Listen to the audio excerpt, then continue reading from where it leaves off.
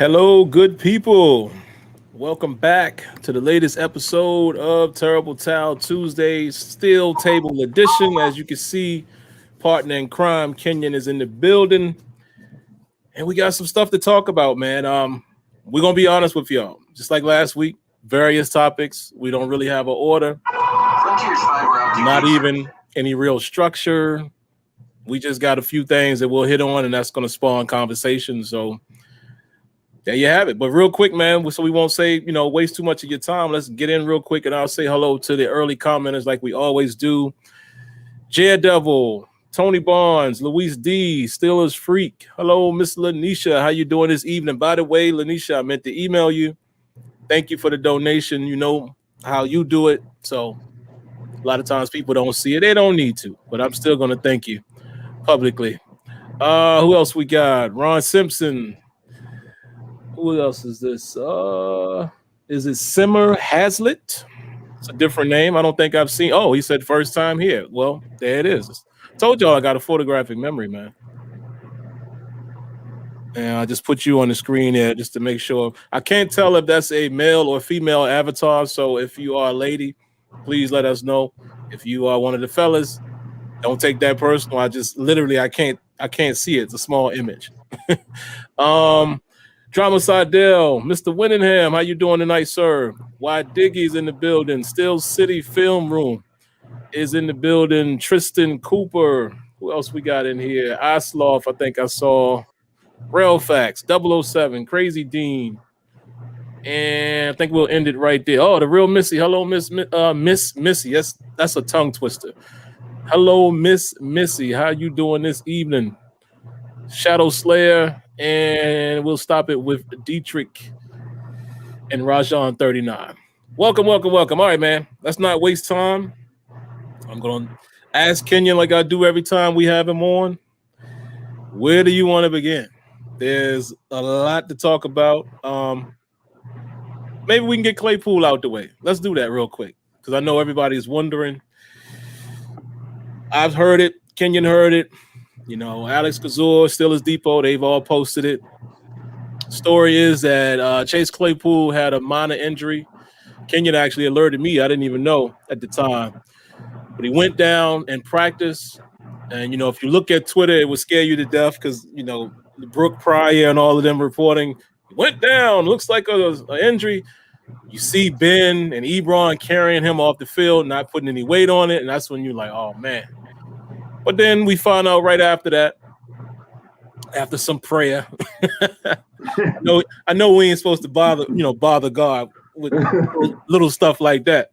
But after I know a lot of us said, please, Lord, please. We found out that it's not serious. Claypool also tweeted out all is well. And apparently the early reports is it's a minor sprain, nothing serious. And the funny thing is, not really funny, but it is funny that it actually happened 2 plays before the end of practice. So it's like, it just goes to show you, man, football or any contact sport is play by play.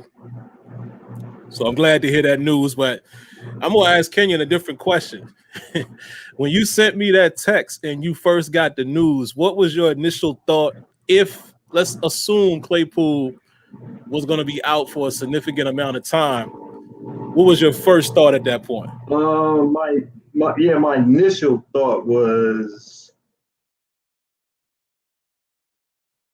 I was thinking like we haven't really had anything bad happen.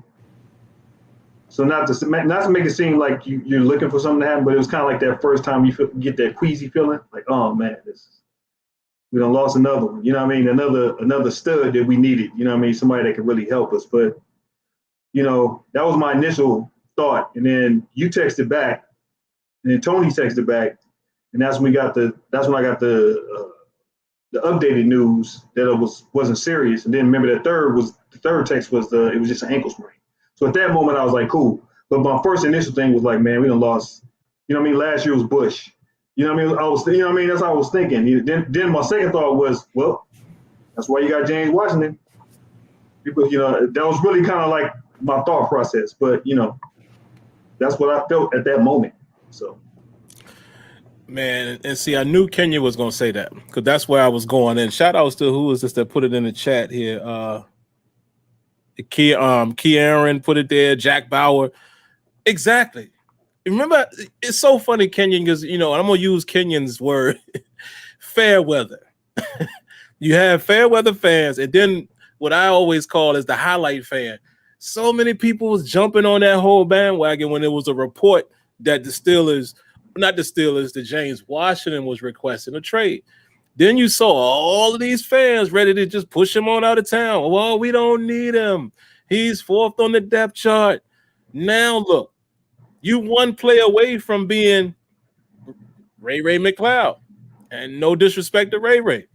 Or you one play away from having to keep a dude like Bussy or Simmons or one. I know one of them got cut today. McCoy, I think. McCoy, yeah. But you one play away from that. That's why I didn't understand how so many people saying. I mean, people was even saying this stuff. Kenya, he ain't really did nothing for us anyway. He's fourth on the depth chart.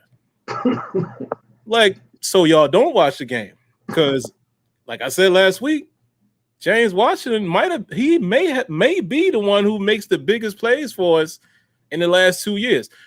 Aside from Juju made some clutch plays last year. I know y'all hate him too, but that dude was Mr. Third. If at any time he reminded you of Hines Ward, it was last year. Third down, he's there making the tough plays. But James Washington has been the dude when he comes in the game. A lot of times he's making a big time play. Think back to 2019.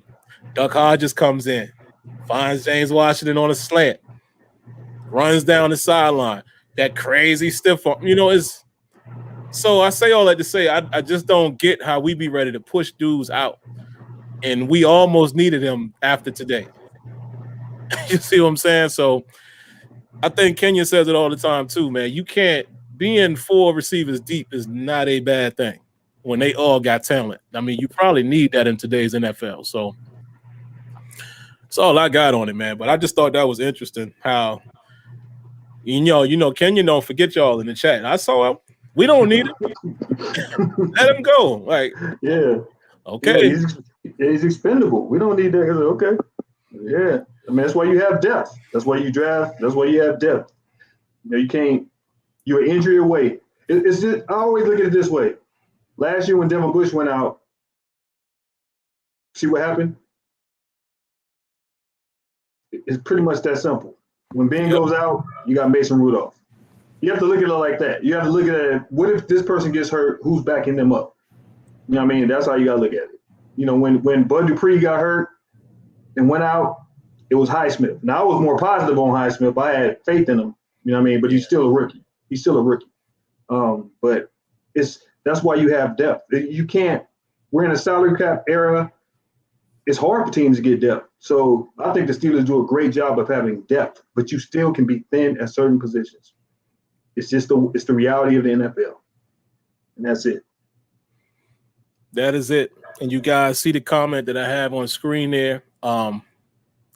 Steel City Film Room is what you call not a highlight watcher, not a fair weather fan. I put this here on purpose. See, like I said, I know everybody doesn't know football, but clearly what he said right there probably doesn't even resonate with a lot of people.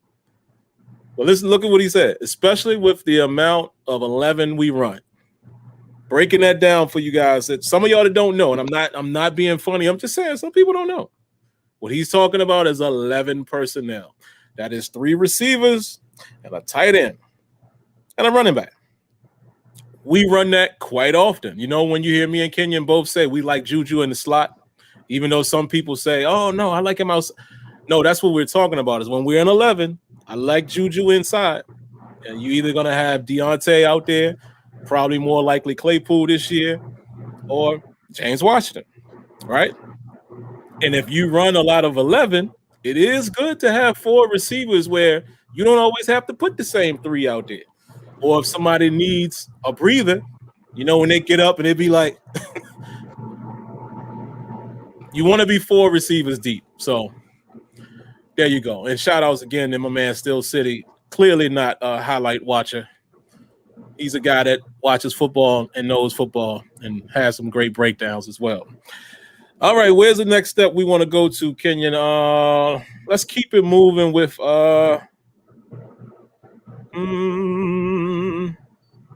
let's go Mason Rudolph real quick because we can get him out the way.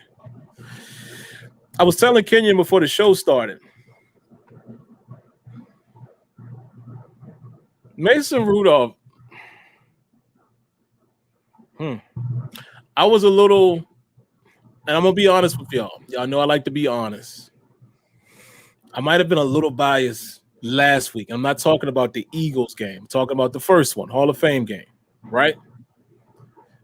What I mean by that is I want to see Dwayne Haskins do well because, I hate just in general when people are so easily thrown away, written off. I don't like that. I like to give people a fair shot. B, I think he does have some tools. I'm not saying he's a great quarterback, but and I give Kenyon a lot of this credit too, keeping me thinking of Matt Canada. And I'm like, we do probably need some different style quarterbacks, right? Dwayne Haskins has a cannon arm. He moves decent enough. And like I said, what if he hits and we ain't pay nothing for him? That's why I'm kind of rooting for him. So to me, seeing him do fairly well in the Hall of Fame game, I came out and said, I think he played better than Mason Rudolph. When I went back and watched the game, it was what I said to you guys on the post-game show. They're two different style quarterbacks. So I can't compare them like that. Rudolph, if you notice, he going to take them shots down the field. It's what we said when he played in the last game last year. We were all like, yo, he's taking more shots than Ben. Whether you hate or love him, it seems like a lot of times when he takes them shots, what happens? It's a big play. Brings me back to James Washington. Y'all remember that Cleveland game? And James Washington was getting crazy out there? Who was throwing the ball? In this game, that throw to Deontay Johnson, if you look at it in regular time, like when you're watching a game, it just looked like, the ball was hanging up there. Deontay waited for it. Nah. Go back and watch that throw. That was right on the money. Like he put it in a location where he kept him in bounds and the defender won't get to that ball. And it was a perfect spiral. Again, we always got to keep it elementary here, Kenyon, because people will twist your words. I'm not saying that Mason Rudolph is the greatest quarterback. I'm just saying y'all got to acknowledge he not looking bad right now. He's not looking bad. Mason Rudolph looking all right out there, as is Dwayne Haskins. But again, two different styles, man. Dwayne Haskins is quick.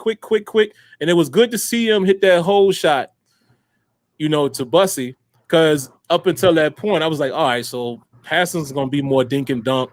Even though he's doing a good – listen, it's game managing. I ain't mad at that either. We moving the ball down the field, handing it off, quick pass, hand it off. I'm cool with that too, if it works. Well, I think we got to give Mason Rudolph a little bit of credit. So I wanted to point that out, man. Like I said, I was telling Kenyon before the show that I just wanted to go back and address that throw he made to Deontay Johnson was a nice throw down the sideline, keeping him in bounds, throwing it away from the defender, and it was right on the money. So, hey, man, I think I'm skeptical to say this, but I think we might be half decent, man, at winning our quarterback depth right now. We'll see. We still got 2 more games to see these guys.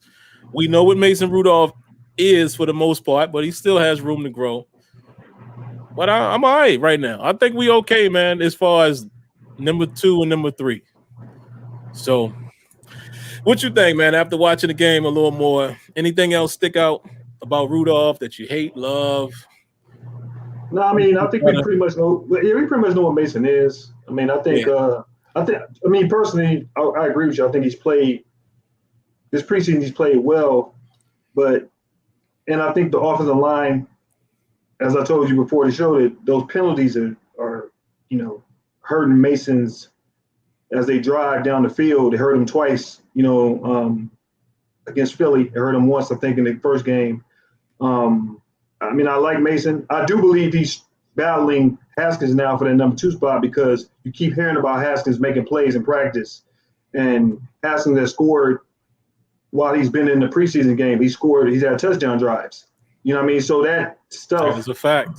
That stuff is part of your resume. And I will say between the two quarterbacks, Haskins looks more comfortable. He was dinking and dunking, but he looks more comfortable now. Like when you watch him, he's more comfortable. And he's commanding that offense for sure. He definitely commands, and he has commanded the offense. And, you know, he has a stronger arm than Mason. He can make better throws.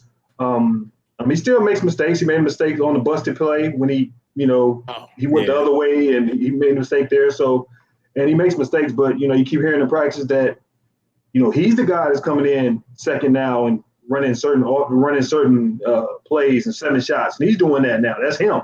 So that's a little confidence boost for him.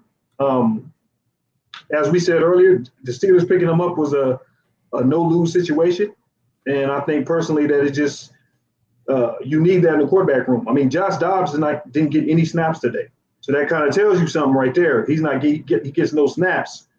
That tells you something right there. So to me, I love what I'm seeing from Haskins. But as I said in the first game and I said the second game, I want to see more. So I want to see him in these next two, next one or next two to see how he plays. And I wonder if they're going to give him a game where he just gets like, you know what I mean, more of a half. We get to really see him, you know, do some stuff. And, you know, even with Mason, you give Mason a half, give Haskins a half. That might be the 4th game, you know, but you never know. So I like what I'm seeing, and it's a really positive thing. I'm not going to, you know, I'm not annoying him anything, you know, and I'm not annoying him in the future franchise quarterback or the bridge quarterback. So I'm not doing any of that stuff. I'm just letting it play out. As Sim will tell you, I just don't get caught up in the what if. You know what I mean? If you start doing that, you know, you put yourself in a bad situation, you know, retracting statements and stuff, and I'm not a fan of that. So, you know, I like what I see from Haskins. I like what I see from Rudolph. Rudolph has played well. Haskins, if I had to evaluate both, I would say Haskins has looked better, and that's all I can say. That's a great way of putting it. What Kenya said, man, is Haskins is controlling that offense, man. It's like, you know, again, from the naked eye, it does look like a little dink and dunk. And I wasn't even mad at him doing that. I just wanted to let me see him go downfield, because we all know kind of what looked a little iffy when he was with Washington was his accuracy. So I want to see what happens when you pass it 15, 20, 25, 30 and beyond yards. He does look very comfortable, man. And if you want to call it preseason, okay. But again, it comes down to how they look. You know, there's still guys out there that are either playing in the professional league or played in college. So I can't chump them so much just because they're not playing against the quote unquote number ones. He looks good, man. So we'll see what he looks like next week. You know, hopefully he gets some burn. I see a couple of people in the chat saying they would prefer to see him start over Rudolph. Personally, me too. Even if it's not necessarily a competition thing, it's just that it's the same thing we said when what's his name was with us, Landry. You know, when Landry Jones was there, we all said we know what he is. Right. So I'm not questioning the coaching staff, but I just feel like, why don't y'all see a little more from Haskins? Let's see him. Matter of fact, the reason why I would get him in the next game is you let Ben play a couple series. You know, Ben don't really need the whole tune-up. No. Get Haskins out there when number one's out there. You know, let's see. Get him out there early, because we know what Rudolph is. You know, so that's what I would do. But we'll see. And you want to see Haskins with the ones. I mean, that's basically what it is. What you're saying is you want to see him with the ones. You want to see him with the starting offensive line, most of the starting receivers, Najee, McFarland. You want to see him, Frymouth. You want to see him with them and see how he runs the offense. And because we know essentially what Mason would do, what Mason plays with the ones technically. You know what I mean? Because he started preseason games already. So essentially you're saying flip-flop them. That's why I say give them both a half. If you give, you know what I mean, then you get a nice little tape on who's playing better in that scenario. And I agree with you. I do want to see Haskins with the ones. Hopefully we'll see that. I don't think Ben's going to play that long in this game. Yeah. He may get two. He may get a series. He may get two, but that's going to be it. I mean, me personally, I wouldn't play Ben, but yeah, you know, he don't need to play. But yeah, I would like to see Haskins with the ones. I agree with you, man. Maybe we'll see that Saturday. Hopefully. Hopefully. Because we won't see it in week 4. We won't see it in week 4. I mean, in the next preseason game. So. And let me say this early. I'll say it again before the show is over. Probably won't be a post game this week. Only because I'm heading out of town Saturday. So, and I don't know if Big Brother Floyd is in here, but I'll actually be with Floyd. We're heading down to Virginia. He's not going to hit us, so it's no big deal. But me and my brother doing a little something for my dad. The 21st of August would have been him and my mom's 50th anniversary. We were going to throw them a party. So now we still just going to do a little something with some family. So that's where I will be. Somehow I'm going to find a way to watch the game. If it's not televised, I'll definitely be watching it on the phone. And so long story short, I won't be doing a post game for that, but we'll be right back on Tuesday to talk about it. But yeah, this ain't going to happen during the season. We're going to be doing post games unless it's an emergency and I'm away from home. It's going to happen. But all right, man, let's see. Let's move on. What else we got? Kenyon, if you want to dive into, I know you had a couple things, man. What you have on your list that we didn't cover yet? Do you want to talk about? Well, we could talk about the Joe Schobert. Or do you want to talk about what you saw from Javon Hargrave, and we can talk about the Kendrick Green situation. Then we can get to the defense. We can talk about the Joe Schobert situation and all that, but talk about the Kendrick Green and the Javon Hargrave and people losing their mind because Kendrick Green got blown up. But if you watch the play, but I'll let you go and I can fill in the blank. Yeah, man, I'll be quick because Kenya pointed out something to me that I didn't realize. I thought it was Hargrave that got Green too, but it wasn't. But basically what I was telling Kenyon off air, I know we're making a big deal out of him getting blown up, but we kind of notice, right? He's a little undersized. If you go back and look at his college tape, there are instances where the bull rush gave him a little trouble. You would hope once he becomes a pro, once he becomes a pro, you know, he'll work on his technique. Maybe he'll get stronger. Maybe he'll bulk up a little bit, but his stature still might not fare with some people. Last week, I believe either after the post game, must have been a post game show. Some of you guys mentioned in the comments, let's not forget, David DeCastro used to get eaten alive by Fletcher Cox. So it could be a situation where Kendrick Green, you know, certain people are going to have his number. It just, that's how it goes.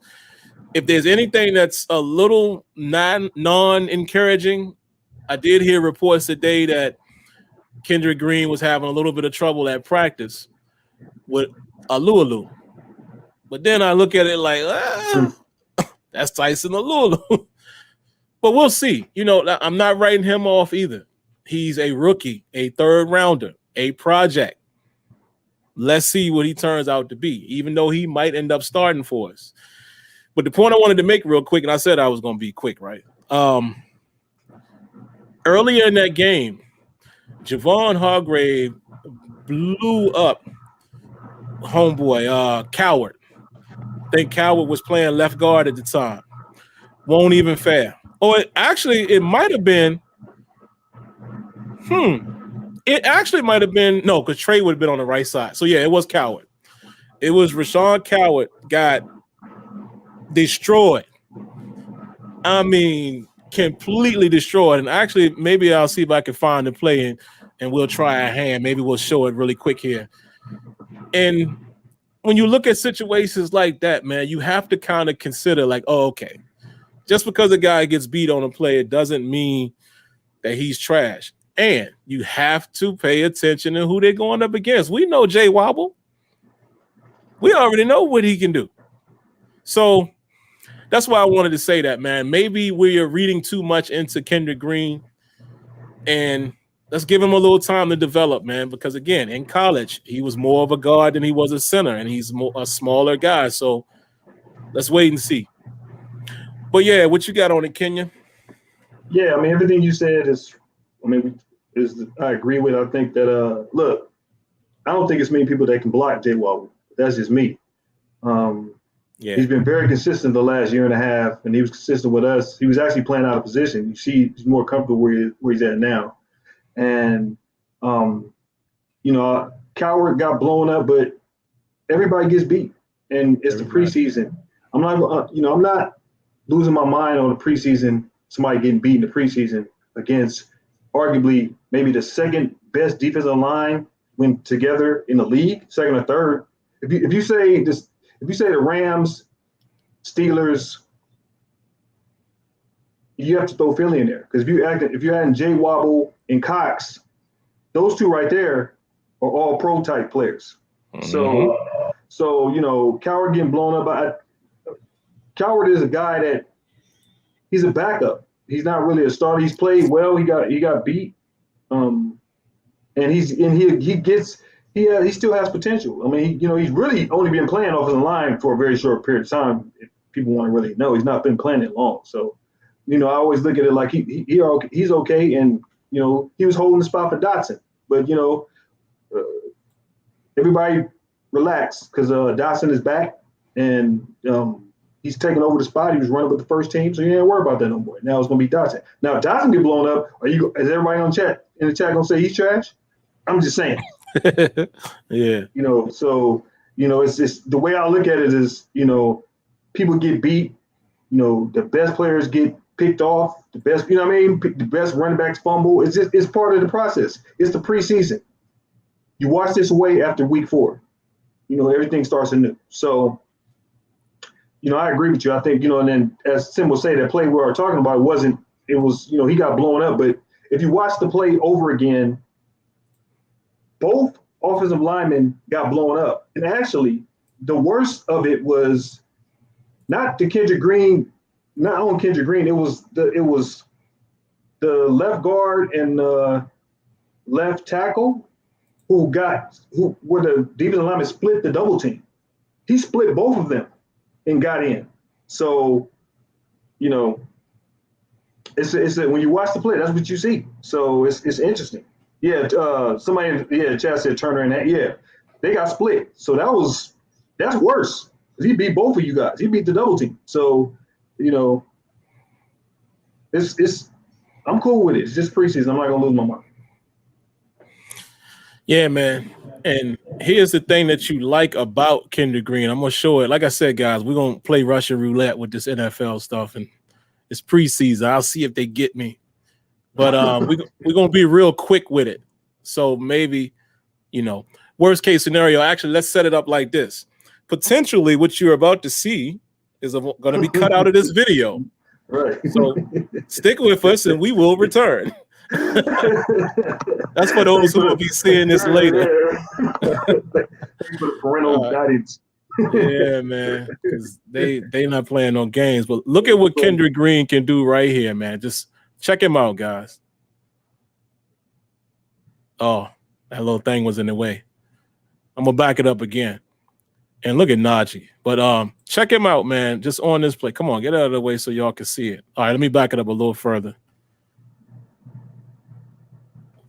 All right, there we go. In a minute, we'll show you another play. Mm-hmm. But that's what you like about Kendrick Green, man. The kid is uber athletic, man. Yep. You know what I mean? And hopefully he will listen. We want to be fair. And I don't know if our brother Tony is in here or not. Tony would tell you this. Who else do we know used to get blown up quite often? In a regular season. In regular season. The other 53. Right. You know what I mean? Remember that time? I mean, it was a couple times against Denver. Yes. The touchdown with Juju. Yeah. Penn had to get rid of it. It worked out. Remember the play when he was trying to hit Antonio Brown really quick, and I think it was a pick. That was Pouncey again. Pressure in his face. So I'm just saying, man, relax. Let's see what this guy can do. And like Kenyon said, the best of the best get beat, man. I know this is a bad example, but even Primetime gave up some catches every now and then, even though a lot of times he won his battle. But look what you got to be to not give up nothing. You got to be Dion. And we looking at our corners, as y'all see in the thumbnail. We're going to talk about Cam Sutton. But we look at our guys and be like, oh, man, you can't give that up. Come on, man. Dion used to guys used to catch on him too. You're not going to win every battle. So let's pump the brakes on Kendrick Green. Man, Kenya, we got to talk about, like you said, this dude Schobert. And I'm going to let Kenyon break it down for you guys, man, as far as what we think is going to happen with him. Oh, actually, hold on. We had a donation. Let's hit that real quick. Appreciate that, Luis. Round of applause. Hopefully you hear it. If you didn't. But I figured it out too, guys. Side note or sidebar, when I do this type of stream, I realize why y'all can't hear the music and all of that is because with my audio mixer, I have to funnel everything through the browser so you guys can hear Kenyon, right? So if I were to change the music to the browser output, it's going to be way too loud because I have Kenyon turned up so y'all can hear him. And sometimes I take the applause off of that too. So that's the reason why y'all don't hear it sometimes. Luis says, with the reconstructed contract of Tuitt, I keep hearing rumors of the Steelers going for someone else. Would you trade for Gilmore or C.J. Anderson? Me, I would go for the younger guy if available. We can definitely address that question. And before we do that, here's why I think it might be possible, Kenyon, and I didn't notice until earlier today. Looks like the Steelers are only going to take a little under $2 million hit for Schobert. Right. The Jags, it's reported that they're paying 3.65 of his contract. And however the Steelers constructed it, probably did a sign-on bonus type of situation. We're going to walk away with having less than $2 million as a cap hit. So now, restructuring to it, they said that it freed up about 6.3. Is it possible that the Steelers got plans for that money elsewhere? Maybe they needed something that we don't know about because I'm not a cap wizard. Or could we be gearing up for a trade? And would you be open to that? You know, one of these guys, a corner. I'm just thinking about it. I'm just trying to be realistic. Mm-hmm. I mean, if you have that much space, man. 3 years ago, I said they would have done nothing. But Kevin Colbert has kind of changed into like he's morphed into like whatever I need to get us over the hump, I'm gonna get it. With cost.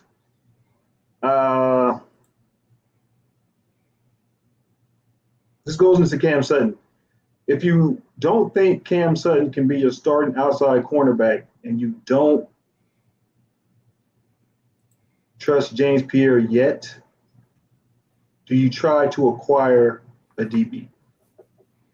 And if you don't like your backup safeties because Antoine Brookson is not really a safety anymore, and you don't trust rookie from Oklahoma, and you just kind of want to let him grow and put him on a PS squad and let him grow a little bit and see how he pans out. Because right now he doesn't want to tackle, so he's not really physical. He's a finesse safety. You saw the way he tried to fly in there when Bush got It's a good thing Bush got enough speed to exactly. Man. Exactly. Go watch that, guys. That was great.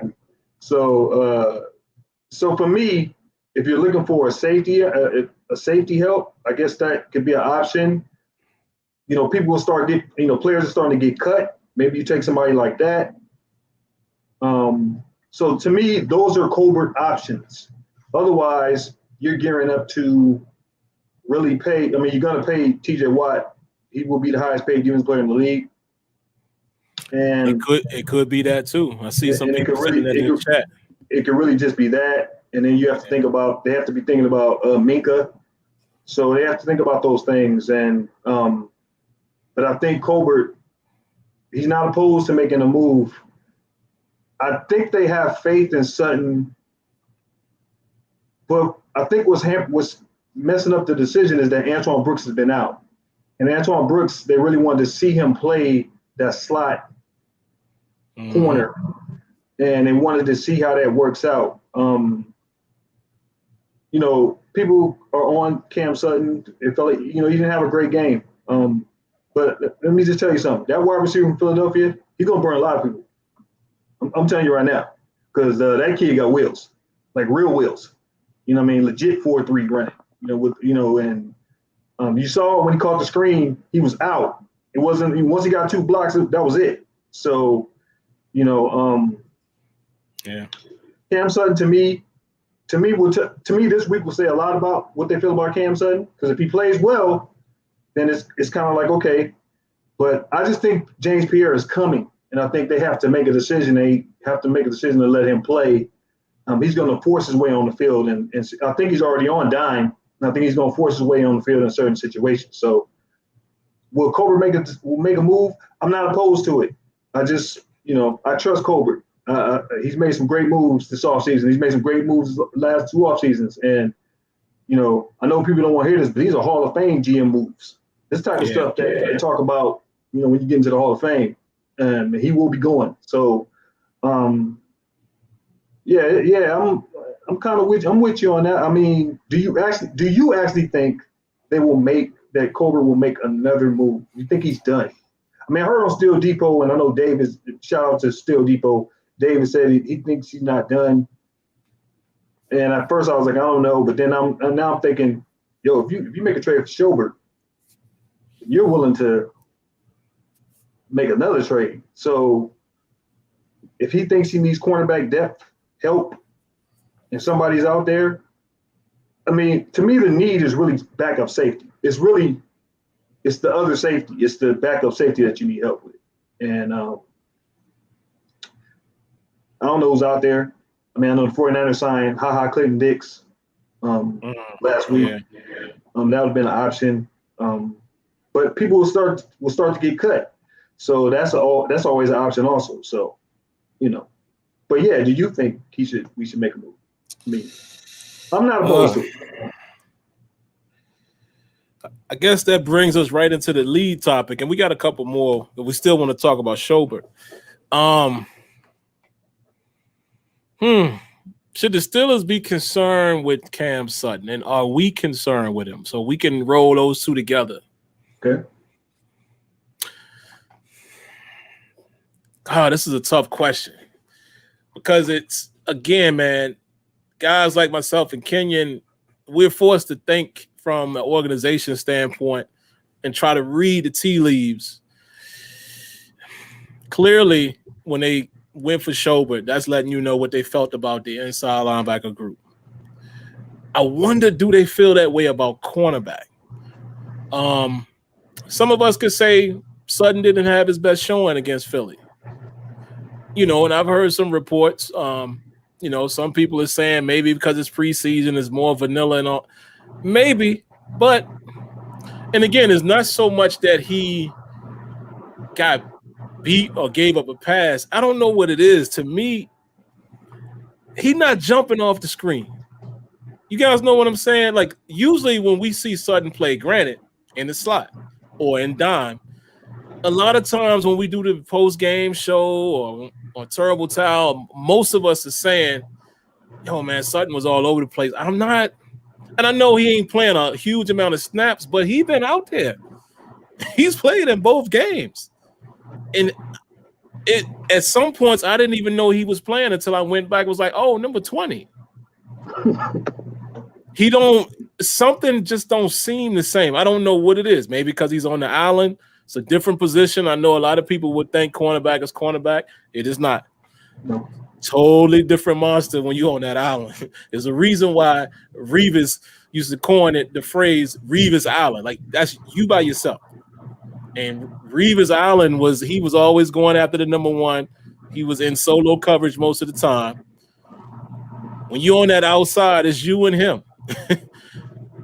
Especially if you're in man coverage. So maybe he's just not as effective yet. It's early. We're not panicking. But he's just not jumping off of the screen. Think about what we've been talking about already tonight. There's a couple of guys that we mentioned. Man, he's been playing well. Man, he's been – because we weren't looking for him. They just popped off the screen. Guys like Jameer Jones. I wasn't paying no attention to him until I kept seeing him. Who was 44? Oh, that's Jones. I haven't had those moments so far. Yes, it's early, but it's just y'all know what I'm saying, man. When Cam Sutton is on the field, we usually know he's on the field, and I have not gotten that vibe. And maybe it's a good thing too, Kenyon, because I was gonna give him credit and say, well, maybe in the Hall of Fame game it was the Steve Nelson effect, right? We didn't hear his name, so he's doing his job. Right. But then when we get to Philly, you give up a couple catches, and it's. Again, I'm not blaming him for being beat, but what I'm saying is it kind of shows up even more. He doesn't look as quick to it. You know, usually he looks very reactive. He didn't quite look like that in those opportunities he had.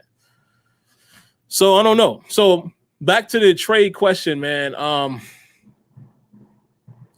It's possible because like you said, Antoine Brooks was probably one of the front runners for being the nickel.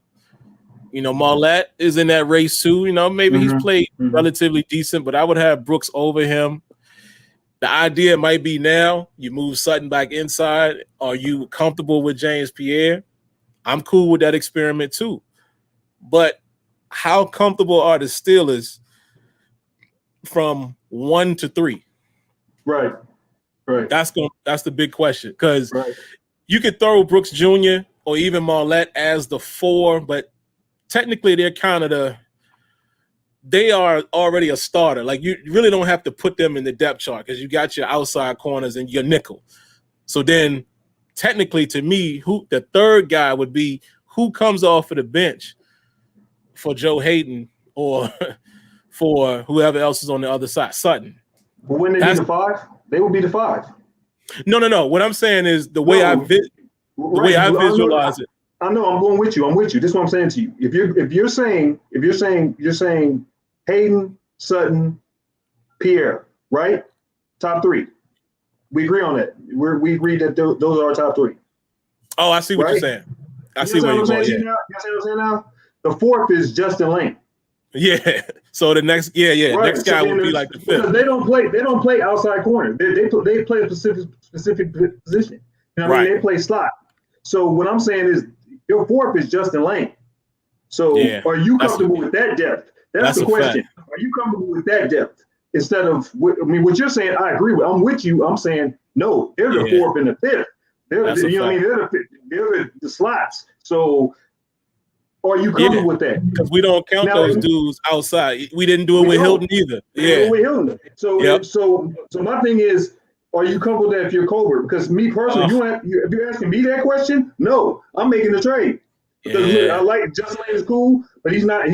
No. So when I'm saying I'm making a trade at that moment, I'm saying okay. Yeah. I'm up for trades at this moment, and it doesn't necessarily have to be a starter. It's just depth at this point. You know what I mean? So. You know, that's what I'm saying. That's what I got. Especially think about they cut a corner today. They cut our boy today. They cut him. So now the cornerback depth is shrinking. So I'm just saying. I'm just putting it out. I'm playing devil's advocate. I'm with you. I'm with you there too because when you look at it like that, because again, we saying the same thing, and Kenyon made it stick out a little more when you like, oh yeah, because if you're not going to count the nickel. Only because of by virtue of position. They are a corner, but they only play nickel. We ain't never really see Hilton on the outside. I know they flirted with it a couple times in camp, but that's the same thing with Brooks. He's not going to come in to play on the outside. So now you're talking about Lane. And now who's behind that? Now that Denmark is cut, maybe the Gilbert kid, again, the linkage to Revis. Right. So I think I would, man. I mean, I agree with the commenter. I think that was Luis with the donation. Yeah, I agree. I would go C.J. Henderson, over Gilmore, only because again, with Gilmore, great corner, but then you're flirting with the whole Joe Hayden effect again, as far as Yep. age. So Yep. why do that? Yep. So we'll see, man. I mean, it could be a mute point. It could very well be that they gearing up to give TJ more upfront money, or maybe they try to extend him and Minka together. We'll see. Yeah, I can see that. Yeah, that's a possibility.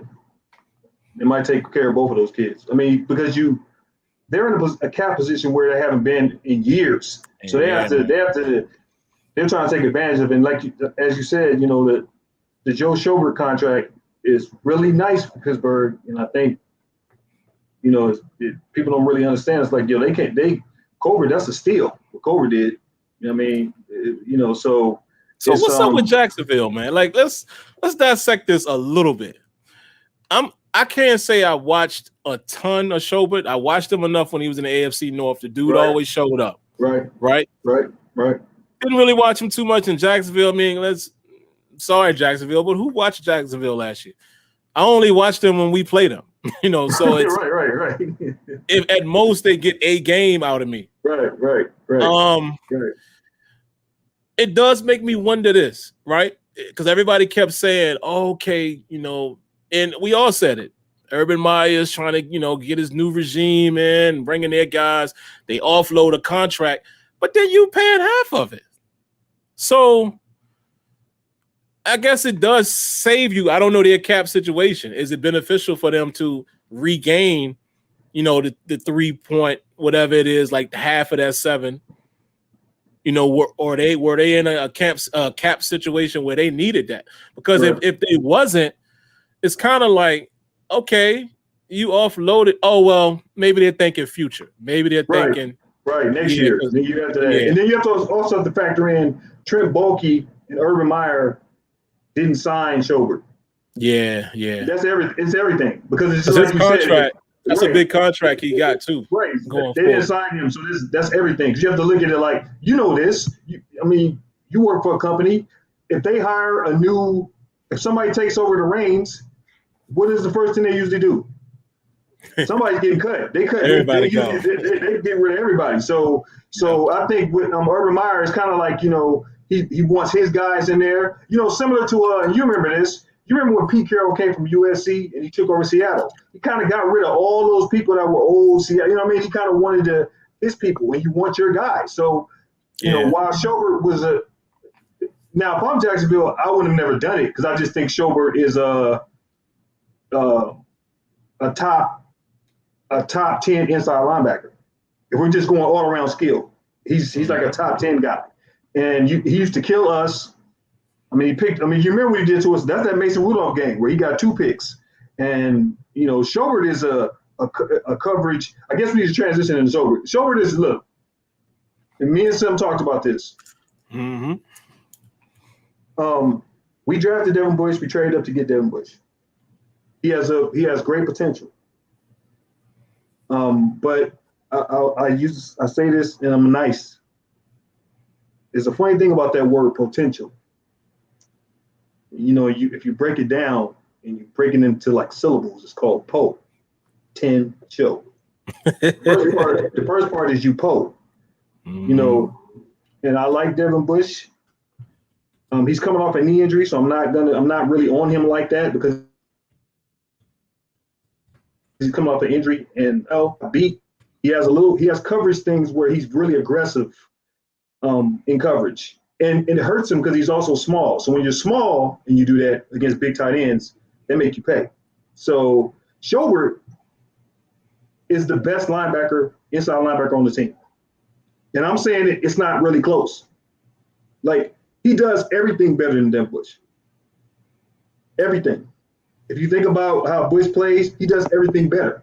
He's smarter. He will take over the green dot. They won't necessarily switch positions, but he'll be calling the defense. You know what I mean? He's the 3-down linebacker. They've already said that Bush is been taken off dime situations, and they're putting Schobert there. because he can communicate better. Also told Sim this, and Sim remembers this. In college, Devin Bush wasn't vocal. He's not a vocal guy. You have to be able to call out the defense. And all you have to do if you think Schobert doesn't do it, go back and look at those NFL tapes, those inside tracks where they have Schobert wired up. And you hear him calling everything out. So Colbert didn't bring him in to be a better Spillane. Because right now he's a better Bush. Bush is the better Spillane. You know what I'm saying? If you guys follow what I'm saying. And it's, it's really an upgrade. If you look at the moves that have been made, bringing in an All-Pro like Schobert, bringing in a former All-Pro like Ingram,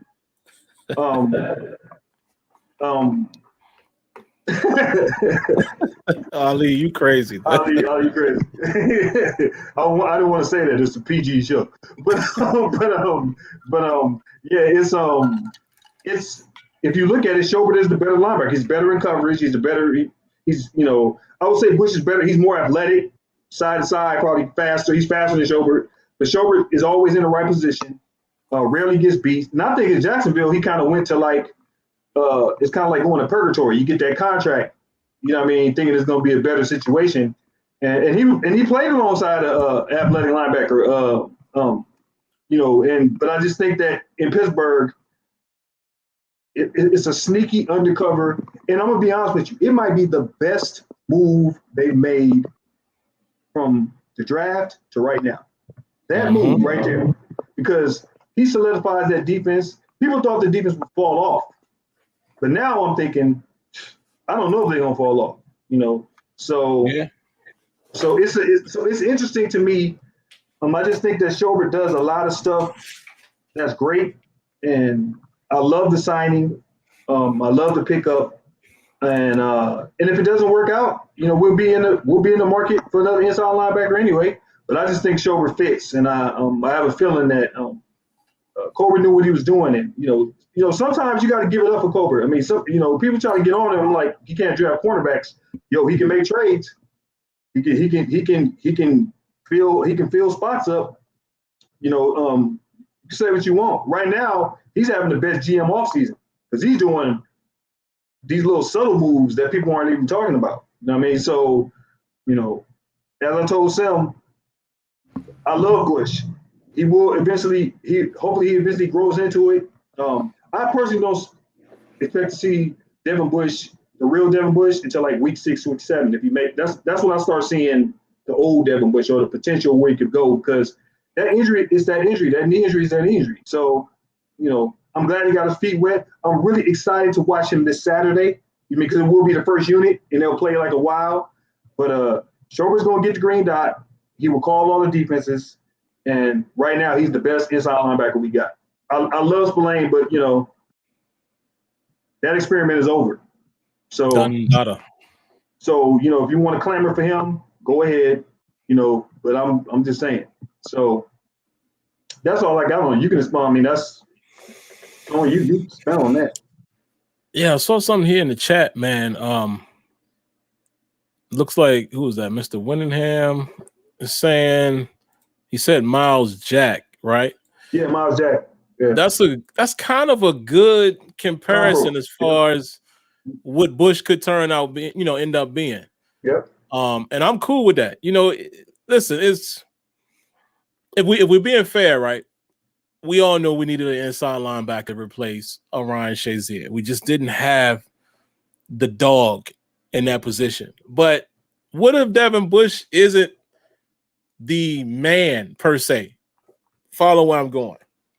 Vince Williams could get out there and call that defense, get everybody in position, He might not have been the best all-around linebacker, but he could do that very well.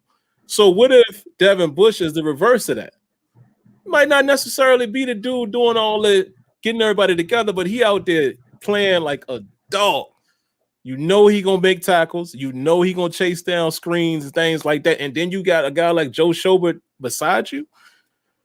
So it doesn't mean that Bush has to be the lead dog in terms of communication, green dot, and all of that. to still us come back later and say that was a great trade. We got us a great line. We want two good linebackers. So I'm cool with whatever role he takes. And I saw somebody in the chat, man, y'all, you being harsh. He said, I think it was still a freak. And again, it's your opinion, but he said Bush hasn't impressed him at all. I don't know if I could say that. No, I mean, he started a little slow rookie year. By the end of the year, we was like, okay, he's looking decent. Yep. Right?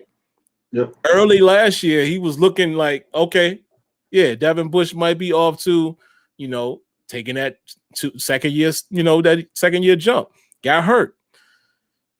So I don't know if you mean this year and I know, it's easy for us to look back at what happened in the game, but we saw what happened. And Kenyon pointed it out to me, man, even before, right after the game, like you saw in the replay, Bush tries to get contact.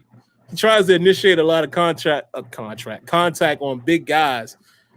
And these dudes that's going to just be able to body him, so we'll see, man. But I definitely think that Devin Bush will be okay, I think. At the very least, he will be an outstanding Vince Williams. I'll take that any day.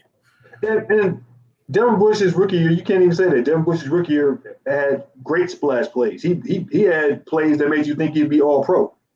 Remember, he had the pick six against the Chargers. He had the pick down the field against the Ravens when he got beat, and he came back and made the play. Bush played great as a rookie once he learned the system and learned what he needed to do. But if you remember, that's when Vince Williams called the defense, and Bush was essentially led to be free. And maybe this is better for Bush at this point because he's not really vocal. I mean, you do need people to call the plays, and Schobert is probably better at receiving the intel, from the coaches and telling them what to call. And he's better at that. He's been doing it his whole career, and he's played in multiple systems, which means he's already adapted doing that. So Bush to me we haven't seen Bush's potential. We've just seen flashes. And the one thing you can say about Bush is he's flashed. So you can say that. Don't get me started because we got a real conversation because I can tell you I didn't see Bud Dupree flash like that his first 3 years like that. Not at all. So and I'm just saying it's with the Bush situation. You have to let that kid get healthy, and then we'll know what he is and see how he plays. And I think Devin Bush was worth that pick. And the problem is he's going to get compared to what's the kid in Tampa Bay? That's what he's going to get compared to because they both were the two inside linebackers that everybody wanted in that draft. So I was just about to say, do you think? And I might have to think about it. You think has Devin Bush played as well as Devin White so far? It might be a tough question because initially you think, man, Devin White been balling. He showed up in the Super Bowl, and a lot of times people are going to attach the ring to it. Right. But on the surface, has Bush played as well as Devin White? Well, here's the better question, and I think people forget this. Devin White got hurt his first year. Sure did. Devin Bush played great. He flashed. Devin Bush gets hurt his second year. Devin White comes back, gets to the Super Bowl, and flashes. Yeah. So you can't really say one played better than the other. It's really an incomplete situation because they both had the same type of seasons. Because one flashed his first year, the other guy didn't play. The other guy flashed his second year when he got healthy. Devin Bush got hurt. That's pretty much it. That's all you can say. To me, is you can't say Devin White's played better than Bush, and I can't say Bush played better than White. It is what it is. We'll know this year if they both are healthy, and we'll see. But no, I don't think it's. I think they both were evenly matched coming out. And me and Sim will tell you, we watched both of them in college. We were watching tape, and we were texting back with each other, and we were like, I love Devin White, love Bush. It wasn't like we had a consensus, like we wanted one or the other. But I did know Devin White was going to go before Bush. There was no doubt in my mind. I was like, there's no way. He's too decorated. So, but no, we'll find out this year. It's an incomplete situation right now. You don't know. Now, some people can say, I'm like, If you get hurt, that's it. Injuries are part of the game. So that's what I've got from personally. Yeah, I'm taking a look at something, man. I'm going back to 2019. I want to see something. So according to the Steelers website, 2019, this would be Devin Bush's rookie season. Devin Bush led the team in tackles with 72, right? So my question, and again, Steelers freak, this is not challenging your opinion or anything like that. And I feel like I always have to say that because, I want everybody to know this is comfort. This is barbershop talk. We're just throwing opinions back and forth. There's no right and wrong answer. Your opinion is your opinion. But I always ask this question. You said he didn't live up to the expectations of a high draft pick, and that's fair because I don't know what your expectations are, but that's what I want to ask. What were you like? What were you wanting to see more? And whatever you say is fair. You might say more turnovers, more interceptions, more tackles. So I always want to, let's start there. He led the league, or not the league, excuse me. He led the team with tackles in his rookie season as a middle linebacker. And to me, that's great because that means he was getting the job done. There wasn't a lot of stuff getting to this, the next level. After that, it was Terrell Edmonds at 71, and then you never want to see this Joe Hayden 59. You don't want your corners leading in tackles, but if somebody got to get them down, great. So that would be my only question. And Devin Bush also, it says he had 2 interceptions that season. Ahead of him was Joe Hayden with 5, and ahead of him was Minkah Fitzpatrick with 5. So you have a player who had 72 tackles. He had 2 interceptions. And let's see if I can find, did he have any sacks? He had 1 sack. Did he have 4 fumbles? 1 fumble. So he had, now keep this in mind, 72 are solo, right? His total was 109 tackles, followed by Terrell Edmonds at 105, followed by Cam Hayward at 83. So now we getting better. Now Joe Hayden ain't in there, but total tackles 109, solo tackles 72, assisted 37, 1 sack, a forced fumble, 2 interceptions. So again, I'm just asking, what was the expectation that you had? And it's fair. Whatever you say is fair. I'm not picking on you. I'm just curious because that, to me, that sounds pretty good. So I'm just curious to know, what did he not meet as far as your expectation? Let's see. What else we got, Kenyon? I feel like we leaving something out, man. Let me see. We talked about Schobert. Talked about. You want to talk about? Well, I guess we can touch on the punting. The punting race is not over. Oh man, we could also touch on Jameer Jones. We could touch on Davis and Loudermilk. That's D line, which is they've really been impressive. So, speaking of the trade option, some people are saying maybe the Steelers trade Barry. He's kicking well. Yeah. So it's interesting, man, because Schobert is very calculated. Because right now we don't have a 4th, a 5th, or a 6th, I think. Right.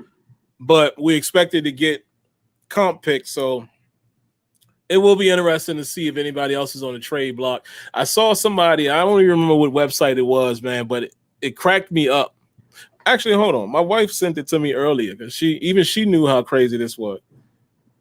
She said, let me see, where's the article? There was an article here that says 3 players that the Steelers should consider cutting, right? And I'm not going to say the name of the website because I don't want to be disrespectful. But let me give you all the names of these players. I ain't even got to look at it to remember. One of them was Trey Edmonds. Okay. I ain't mad at that. No disrespect, Trey. Right. All right. One of the other guys was Sam Sloman, which it don't take a lot of brain power to figure out that he's going to be cut. It needs to be cut. No disrespect to him, but Boswell is going to be the kicker, as well as Sloman has already missed some kicks. He already got cut. He got cut earlier. He got cut 2 hours ago. There you go. So he's gone. Now, take a wild guess who the third guy was. And again, it says, let me read you the statement. 3 roster cuts the Steelers need to make immediately. Guess who the third guy was? And we're going to let that simmer while we read this comment. Thank you for the donation, man. Appreciate that, Luis. Here you donating again, brother. He says, Sim, since the Bucs' success in the Super Bowl against the Chiefs running their nickel defense with their middle linebackers, you see the Steelers doing the same with Devin and Joe. Yeah, I mean, will it be exactly the same? Maybe not, but 100%. We're going to be in the nickel quite often, I think. Actually, even if you look at some of them plays early in the game, man, we was running that crazy formation again where it was 3 D linemen, 4 linebackers, and only 4 DBs. Yeah, I said that correct. 4 linebackers, 2 on the edge, so they had Ingram, they had Highsmith, and inside it was, trying to remember, my big boy was out there, Henry, Mondo, right. Warmly, and who was the other one? I can't remember, but it was another. It was Mondo, Warmly, and what's the name? Isaiah. Bugs. Bugs. And then they had, again, who's on the edge, 2 linebackers rushing. Then they had 2 inside backers, which we know who they would be in that case. And then we had only 2 corners, so there was no nickel. A safety lined up against a receiver, which was Edmonds, and then the free safety. So you're trying to get cute when you run a formation like that, because now you putting them safeties is in conflict. Yes. Especially, if they spread it out, then that boy got to get manned up, because he might not even get manned up against the tight end now, depending on what the offense rolls out there. I like it though, because if you can make it work and if you're confident, those are some big bodies in there, so you can defend the run and the pass. You just a little more compromised though if they pass, right? Because it ain't a lot of help, So, but yeah, to answer your question, that's going to happen. You're going to see a lot of, sub packages where both of those dudes are out there, especially in nickel. No, I mean you cannot take Bush and like Joe off they got to play together. I think with Joe Schobert's capabilities in the passing game, we might get away with being able to run nickel more than dime. I was about to say that. I think that's going to be our base. It's going to be similar to Louis D. To answer your question, it's going to be similar to when Shazier was there. Yeah. It's going to be like that. Like they're going to run like a lot of nickel because they believe those 2 inside linebackers can run sideline to sideline and cover, and they're going to kind of run that. And as Sim pointed out, that defense was different, and we still haven't seen the defense, which I do know we're going to see next year. The 5 linebacker defense, I do believe you're going to see the defense where it's T.J. Watt, Schobert, Bush, Highsmith, and Ingram. There's no doubt in my mind we're going to see that defense next year, this upcoming season. Remember, they ran it last year. They're going to do it again. With Ingram and Highsmith and TJ, watch. They're going to go after them. As I wrote in the notes, and I don't know if you noticed this in the game, people in the chat, but Ingram is a bully. He is a bully. Like he's bullying people now. And that was the first time we saw him. I don't think he's going to start over Highsmith, but I think he'll be on the field a lot. He's going to get a lot of snaps, and he's versatile. So I think you'll see that. So yeah, we'll see a lot of nickels this year. We won't be in our base 3-4 that much unless we're playing like we play the Ravens. You'll see us in 3-4 a lot. Cleveland 3-4 a lot. But other teams, yeah, we'll be in that nickel. We'll be in that nickel a lot. Yeah, man. And yes, in case you guys were wondering who I was talking about, it was Mason Rudolph. He's one of the three that this particular outfit, as they say, suggested that the Steelers need to cut immediately. Some of y'all will probably be happy by that because some of y'all don't like Mason Rudolph. But if you understand the game, no, man.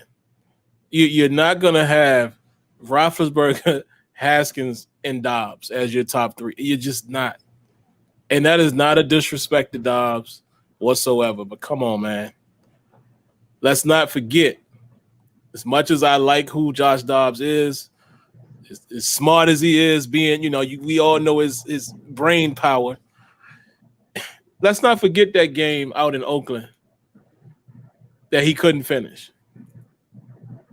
I'm just saying that was an opportunity right there. It was a perfect opportunity where we could have been like, yes, man, Dobbs did enough to get us out of that game. Because that game was fairly low scoring. And even though I think he got us a touchdown or two, but defense kind of let us down a little bit too. But still, remember how much he struggled? Like, I don't know, man. I don't understand that. I just don't understand I don't understand the infatuation with Dobbs. I mean, I like him, but I don't understand it. I've never understood it. I try not to get into those conversations because people will try to tell you what if he had this or if he had that. I'm saying, you know how many players you can say that about? A lot of players. If this situation was perfect, it's like you can't. It's like whatever cards you dealt, you have to be able to adapt and function in those settings, and that's pretty much it. And I like Dobbs, but I didn't love him coming out of college. I thought he's cool. But I never looked at him like he can't be a franchise quarterback, and and I like Dobbs, but I think he's a great backup. I think that he's Ben's friend. I think Ben likes him, but that may not necessarily save a roster spot for him. So, if there was no Haskins, yeah, Dobbs probably could make the squad. But I just think Haskins has shown himself enough that Steelers won't keep 4 quarterbacks, and I don't think Dobbs is a person that will go to practice squad and accept that role.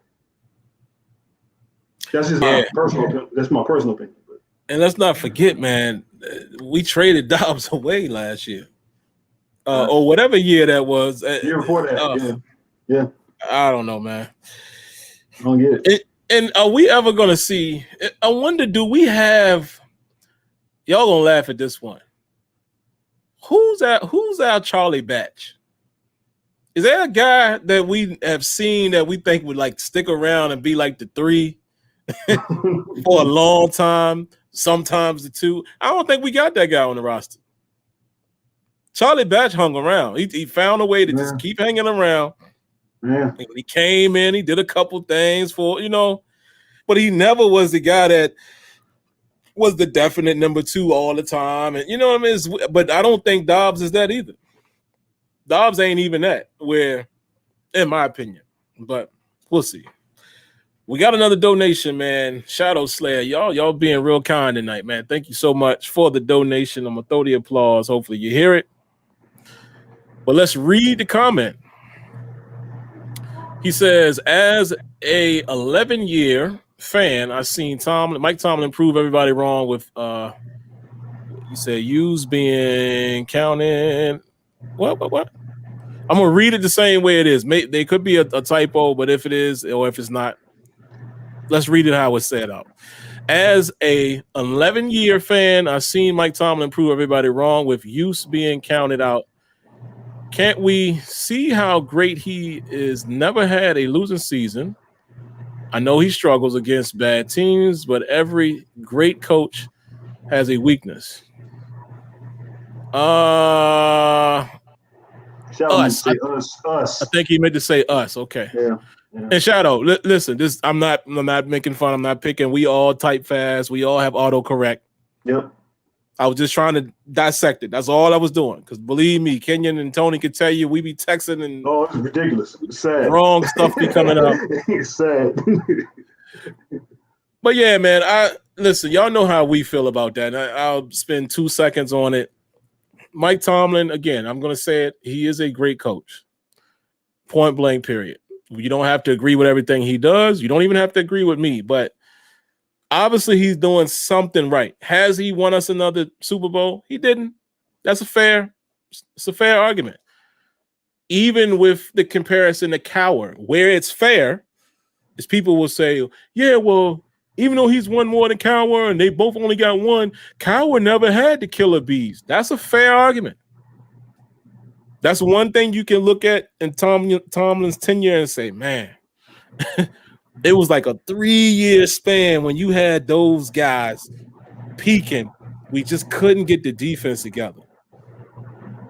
And that game against New England in the AFC Championship just showed us, it really exposed, wow. Defense just couldn't hang, man. But that was the team right there. That was the one to win the Super Bowl. And then the divisional round against the Jags. That was the team. Those two teams were probably the best chance we had. Not only because, obviously, where they ended up in the playoffs, but again, look at the record. 13-3. You know, like them, they was about it. And actually, we were 14-2 because Jesse James caught that football. That was a touchdown. I don't care what nobody say. If your knee go down and you stretch the ball out, that's possession. And when the knee hit, the play is supposed to be over because the ball crossed the plane. It's over. Touchdown. But anyway, that's a blemish on Tomlin's record. I will admit that. But the dude, come on, man. How you not have a losing season? I'm not going to say completely. We already know that argument. But how do you not end up with a losing season when Duck Hodges and Mason Rudolph are your quarterbacks? How does that happen when nobody was preparing for them to play? He's a heck of a coach, man. And you never hear anybody say anything bad about him, really, as far as his players. So that's all. That's all, man. Yeah, here's my thing. I know people always bring up the killer bees as like a stain against Tomlin. I'll just say this. That team was an offensive Super Bowl team, offensively. But they didn't have a good defense. And I don't care how good you are offensively. If you can't stop anybody, you're not going to win.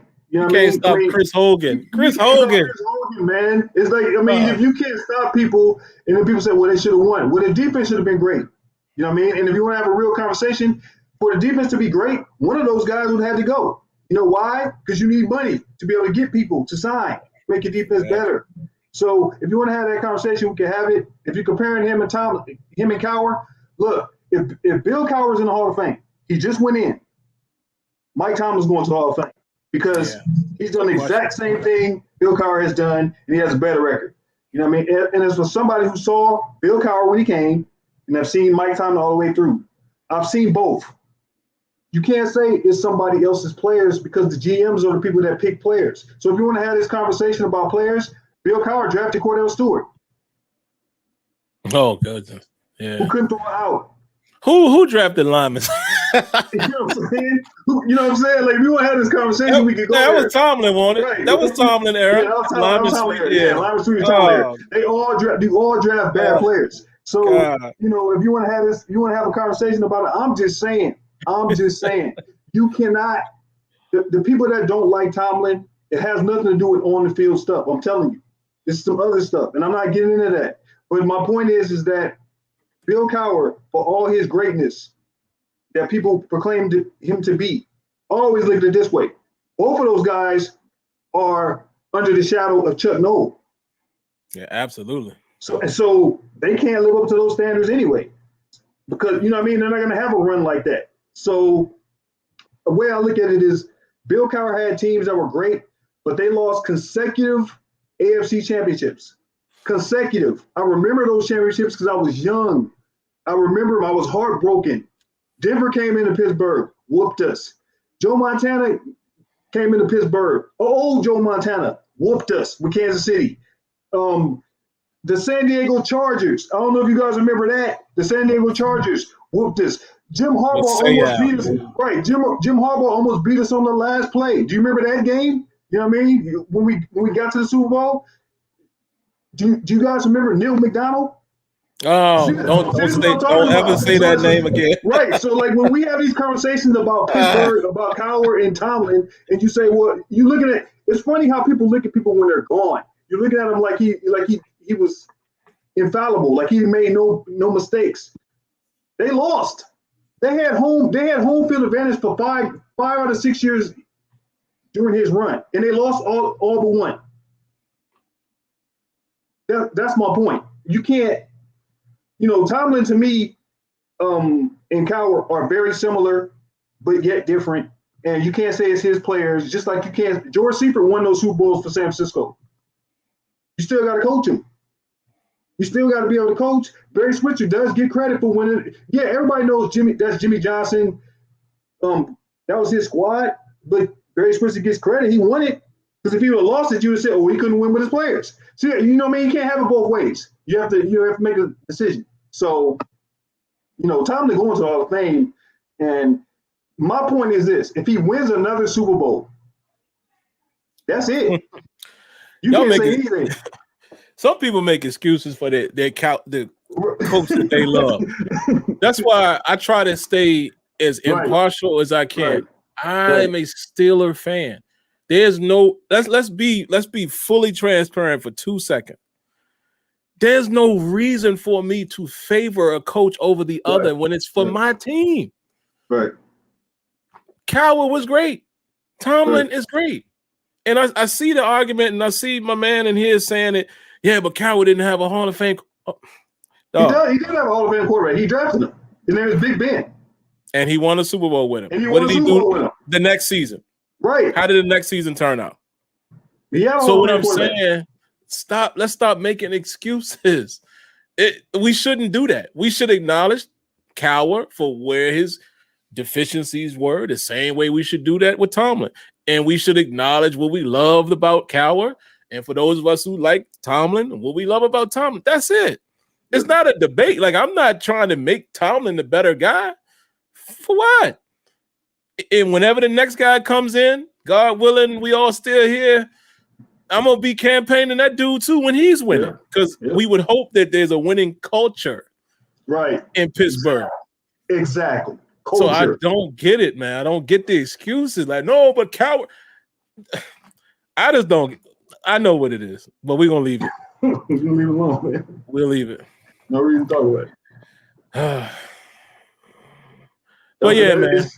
You can't have a conversation. I mean, Cowher drafted players. He had bad quarterbacks. He had turnover Tommy. And for those of you who say, well, he had to get Big Ben. Look, here's the funny thing about turnover Tommy, which is even worse for me. I had to watch him out here in LA because he went to UCLA. So I had to watch him at UCLA and then go to Pittsburgh. Think about that. That was a nightmare scenario for me. And I don't call him touchdown. I don't call him Tommy Maddox. I call him turnover Tommy because that's what he did. You know what I'm saying? And, as I said, that Killer Bees team was great on offense, but they had no defense. And we weren't winning without no defense. So it was actually not the Steeler way, if you want to have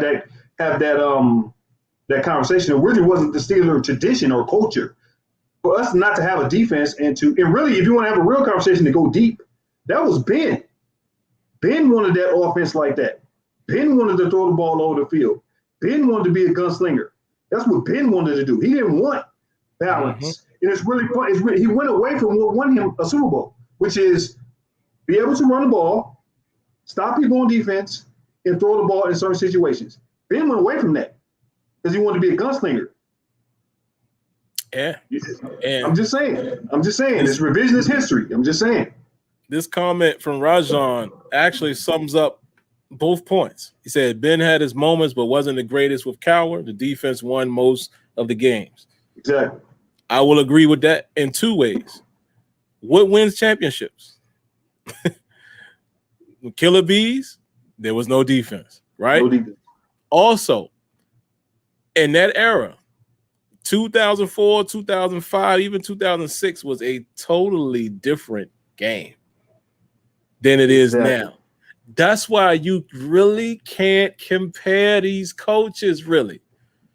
Chuck Noll's time was completely different. Bill Cowher's time was kind of similar because we were still ground and pound. Dan Crider leading the way. Like, we were still kind of that. Yep. But in this era, that killer bees wouldn't have even existed back then. Cowher wouldn't have had no killer bees. You know. So this is my point, man. Like, we judge the coaches accordingly. Like, and I know it's hard to do because as fans, we all want number 7. I want number 10. Yeah, that's how greedy I am. Yeah. But come on, man. Like, you have to look at it like that. The game changed, you know. So that's why I never put I don't pit those coaches together. And for the main reason too is they both still are coaches. Like, what difference does it make? I get it. If you don't like Tomlin, that's fine. But the argument of, well, Cowher, come on, man. Let that go. Just ask for a new guy. Let's stop doing the comparison. Exactly. Right. I don't get it. I don't know. But yeah, man, I think that's about all we got, man. We can wrap this thing up. Real quick on some. Is there any other news? I thought I saw something here to report, but I think I already said it. Chase Claypool is fine for the most part. Yeah. They're reporting a minor injury. So we'll see. You know, perhaps he doesn't play on Saturday, which I'm fine with that. There were some reports that Buddy Johnson had a good day today. So I'm still interested in that, Kenyon, man. What we going to do with these backers? Are we keeping 5 outside or 5 inside? Or are they going to do something crazy and keep 10? Because I still think the inside linebacker position gets shaken up a little more now with Schobert being in there. Who's the number 4? Like, who's the legit 4th inside linebacker now? Because you would think, this is my guess, you would think Spillane still keeps his spot on the team, where now he's going to be number 3. He can still play special teams. We still got a serviceable backup. He's a better option than Dirty Red was having to come in. So I think you keep Spillane. But now that the fat is getting trimmed a little bit with putting a guy like Schobert, who now is going to be the number 4 if they only keep 4 inside? That's tricky. Because now you're pushing out some people. You know, you pushing out potentially UG3, potentially Marcus Allen. What you think Marcus Allen still sticks around for other stuff, but what if we got to try to keep another spot somewhere else? Buddy Johnson, I don't think you're getting rid of him right away. Nah. So they like Buddy. There's no way. Yeah. Yo, you know what? I'm gonna be honest. I think UG3 is. He might be on. It might be the one. Yeah. Because he still got practice squad eligibility. I'm not sure. I think he does, but here's the thing. Are you taking UG3 over Marcus Allen? Because Marcus Allen's special teams value is way higher than UG3's. And Marcus Allen has made plays. So Marcus Allen going to end up being the new Jordan Dangerfield. He going to find his way to just stay around because of special teams. You watch. So that, to answer your question, no disrespect to UG3, but I don't keep him over Marcus Allen, particularly because of special team. Right. And then to go to outside linebackers, pass rushers, that's even tougher. I'm scared, man. Here's the thing. Before we're gonna lose them, man. We're gonna lose somebody. We're losing somebody. So the way I look at it this way. I don't want 49 on my team. Yeah. And I'll just say that. I don't want 49 on my squad. But I will say this. And here's something else. I don't know if you noticed this. If you watched the game against Philadelphia, 49 was running with the third team. He wasn't even in. Like, remember, when they went to the backups, the backup was Jameer Jones. He was the first guy. Sure was. Look, man, this is where I'm at. He has one more game. If I see Jameer Jones, and I said this to Sim earlier, if I see Jameer Jones playing the way he's been playing, running to the ball, trying to get into every play, blowing up plays, getting sacks, if I see that again in this preseason game, Roche and 49 are in trouble. Roche might be practice squad. He might be practice squad potential. Right. And this is what I love about the community, all of us. You know, y'all know it's well documented here. We love and respect Steelers Depot, what they do. I think hands down, they're probably the best in the business, top to bottom, for all the coverage. But where I would disagree a little bit with Dave and Alex is just the mentioning of their saying they feel like Jameer Jones probably has solidified his practice squad spot. I don't know, man. I think I kind of want him to make the team. I feel when I said I was scared, I think he gets plucked off the practice squad. He's showing up too much in these games, man. Yeah. I think between him and Roche, I know it's a difficult because GMs a lot of times you don't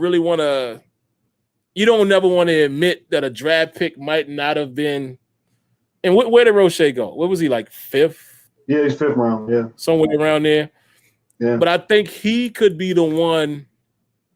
Personally, from what I'm seeing with my own two eyes, if I have to put one on the practice squad and keep one, I would roll the dice right now. Again, this is today.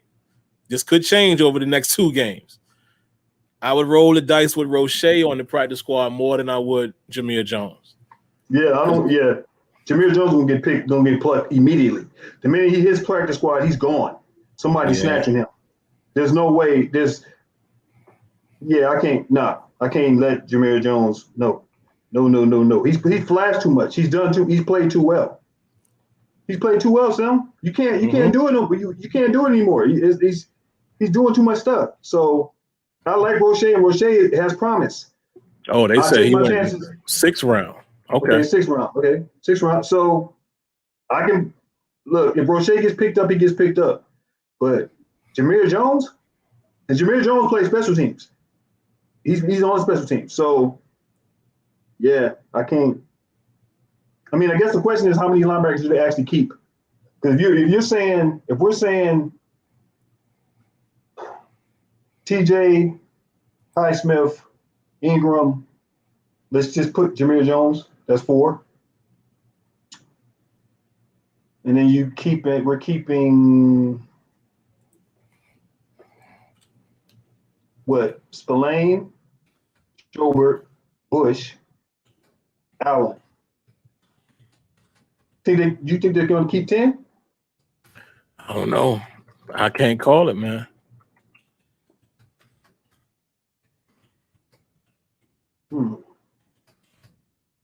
That's interesting.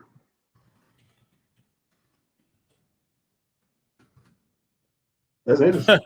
Look, y'all cracked me up, man. I was just writing back to 007, and my man Nightwolf already answered it. He said, 007 said, Sim, you look like Patrick Ewing. And I was writing back, man, I have looked. Y'all know how many people I have looked like? I get so many different people. I get 50 Cent. I don't know who I look like, right? But then I was going to say, no, most people in this show would say a young Joe Green, and Nightwolf just said that. So it's hilarious. It's funny what different people's eyes see. Yeah. Because then here's the funny thing. When you ask like a female, right, a female companion, you don't look like none of these people that people say you look like. Right. So I always laugh at that stuff. Yeah, man. My question is why are you caring about how he look? I don't care. I mean, he looked like Sim to me. I'm just saying. I'm just making a point. You know what I'm saying? I'm gonna take that one and put it in my pocket. Right. I'm just saying. I don't care. You know what I'm saying? So it's I mean. Yeah, I don't know. Oh yeah. See, Alan said 50 Cent. See, I don't know. I don't care. Look, man, you don't like no 50 Cent, man. Yeah, it's funny. Who can you look like? Let's play a game. Who y'all think I Kenya look like? I look like me, man. Exactly. I look like a dark skinned chocolate bar. That's what I look like, and I'm happy with the way I look. I'm ecstatic. Hey Tony in the chat. Tony gonna love this one. Back in the day, you know who I looked like? Looked like Mr. Steele, your girl back in the day. Y'all ain't want to fool with Sim back in the day. I'm just letting y'all know. It was a problem in them streets, bro. But yeah, man, we just clowning. But yeah, I don't think we had nothing else, man. Let me look in the chat. What y'all got? Throw something at us. Look at Lanisha laughing. What you know about that? What you know about that, Shadow? Yeah, man. We like to have fun over here, man. Jameer is better than Skipper. Yep. I used to get Kevin Garnett, like when I play, especially when you play ball, you know what I'm saying? You see two dudes walking. Yeah. I used to get that. I used to get he says you look like K Rano. I don't know who that is. And I'm a hip hop dude. I don't know who that is. I don't know what that is. Yeah. But yeah, I used to get that. And of course, if you dark skinned, you play basketball, you tall. Look at this one. Look what Mr. Winningham said. Jody. See, and most of y'all, let me see if y'all are real, man. We like to end the show with real talk. Who is he referring to? Let me see how many of y'all are real out there. Y'all should know that. The real ones know that. Salute to Mr. Winningham for knowing that. That's funny. They don't know. I bet you everybody don't know that one. Lamar Odom. Oh, okay. I can see that. Yeah, I used to get that. Yeah, I used to get Lamar. Yeah. But like Kenya said, I have never assessed it. They'd be like, okay. Sometimes people will glance a certain way or have a certain look. Oh, he remind me of so-and-so. But Right. No, he don't look like no Usain Bolt. See, I'm telling you, the eyes see different things, man. Bro. Because think about this. Lamar Odom and Usain Bolt don't look nothing alike. Nothing alike. You're right. They look nothing alike. And look, hold up. I'm not going to get into this right here. And the reason why I'm not going to get into this because this is an OnlyFans thing. But just trust me, I have a story. I'll talk to Sam about that up there. About Lamar Odom and look-alike thing and something that happened that. Oh wow! It will connect the dots. I just look like me. Thanks, they man. real. I look like me. I see y'all real. Y'all real. They know what it is, baby boy. All right. Yeah, baby boy. Y'all real. They're like Tyrese Gibson. And we don't sing alike. Why Diggy said Adonis Stevenson. Oh, that's a new one. Wow. Y'all boxing heads would know who that is. I know who that is. Yeah, it's interesting, man. Like I said, I find it humorous. Because I'm telling y'all, if I throw some of the names out there that I've heard, how can you look like so many different people? Right. It's hilarious, dog. Yeah. But yeah, man, I think that's all we got. Let me see. Make sure we didn't miss anything. Again, we got way more people watching now. So if you're watching live, this particular game, it won't be a post-game show because I'll actually be out of town. I'll be in Virginia visiting my family. But we'll be back on Tuesday. We'll be back on Tuesday to recap the game. Hopefully nothing crazy happens in the game. Exactly. Injury-wise, anything. I don't even want to say that, but it's you have to say that. And I think that's it. But yeah. I think me and Kenyon both agreed. I'll say this last thing, and then we'll wrap up. Great move by Kevin Colbert. I think getting a guy like Joe Schobert, I'm not mad at that when you look at the depth. Yep. I'm not mad at it at all. And again, I've seen people, I don't think they really watch a lot of football because I saw a lot of people saying, the Jags stuck the Steelers with Schobert. And I'm like, this dude, he has not played bad. I'm confused. I mean, is he not an upgrade over Spillane? But we'll see. But yeah, it does say a little bit about Devin Bush, but we'll see how that plays out. And yeah, Dietrich, we did talk about Stephon Tuitt briefly. We basically was saying We're not sure what that reconstruction is about. Again, always talking about Steelers Depot. If you've listened to them over the last several months, they've been saying expect a restructure of a Tuitt, possibly a Boswell, but nobody knew what the intentions were. So now we really don't know, because now they done spent more money and traded for guys that counts more against the cap, even though they worked it out great with Schobert. We'll have to remain to see what this restructure is for Tuitt. Could be associated with getting TJ Watt more upfront money. Could be associated with getting TJ Watt and Minka extended. Could possibly be making room for another trade or something like that. Who knows? We'll see. But all right, man, we're going to go ahead and wrap this thing up. I told the lovely wife and my little man that I would be done a lot earlier tonight, spend some time with them, so I'm going to go do that. Y'all know the routine. If you haven't already, man, if you're new to the channel, you like what you saw tonight, stick around. Go ahead and subscribe. Become a part of the home team. We'd be happy to have you. If you are subscribed, don't forget to cut on your notifications, because how else will you know videos are being streamed or uploaded? And the last thing I need y'all to do, if you do like the video, like the video. You know how many times I get people on Twitter, hey, man, I really love the video. They ain't hit the like button. Don't tell me. Don't talk about it. Be about it. Thumbs up or thumbs down. Give me your true feelings. Either way it helps. But we are gone. Catch you guys later. Hopefully we're talking about a win next week, and stay safe, be blessed, be careful out there, man. Y'all already know what it is. And another side note, pay attention to what's going on in Afghanistan. That's all I'm going to say. Keep your eyes on that. But all right, man, see y'all later. Be good, be blessed. Good night. Thanks for tuning in. Peace.